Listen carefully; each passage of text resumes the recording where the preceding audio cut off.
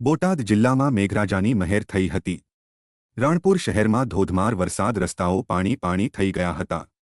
રાણપુર શહેરમાં ધોધમાર વરસાદને પગલે મુખ્ય બજારમાં પાણી ભરાયા હતા। બોટાદ જિલ્લાના રાણપુર ગ્રામ્ય પંથકમાં પણ વરસાદી ઝાપટાઓ વરસ્યા હતા।